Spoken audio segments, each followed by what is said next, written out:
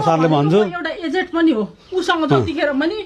यो सेक्स मात्रै गरे हुनु जतिखेर पनि चुप लागेर मुखसँग बोल भन्दैछु म मुख छोड त्यो त सत्य कुरा भन्नु पर्यो जतिखेर बाउको उमेरसँग उमेर मिल्दैन के अरे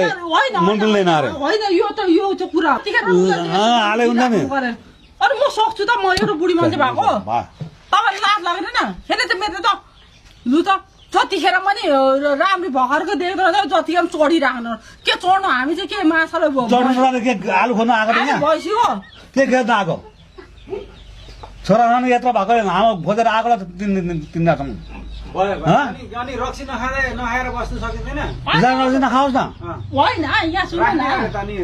होइन मैले खेल्नु कस्तो बिहेभ गर्छ रक्सी खाएको त्यो खाइपछि हुन्छ नि त अनि भरिभरि चाहिँ दिदो रुसो माछाले माछेर भरिभरि चाहिँ माछालाई उसलाई चढ्नै दिँदैन उल्टो कुटे गर्छ